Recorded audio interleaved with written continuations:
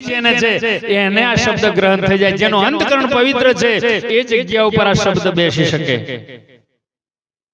હૃદયનો ભાવ સુધરે નહીં ત્યાં સુધી આપણા અંતકરણમાં પડેલો પરમાત્માનો પ્રકાશ મને તમને અનુભવમાં આવે નહીં। પીપ ભરેલું પાણી હોય, ડોરું હોય તો એને મુખ જોવું હોય, જિંદગીમાં એની અંદર આપણું પ્રતિબિંબ દેખાય નહીં, કેમ કે પાણી ડોરું છે, પણ ચોખ્ખું પાણી એક વાડકી ભરેલું હોય તો આપણું પ્રતિક એની અંદર દેખાય।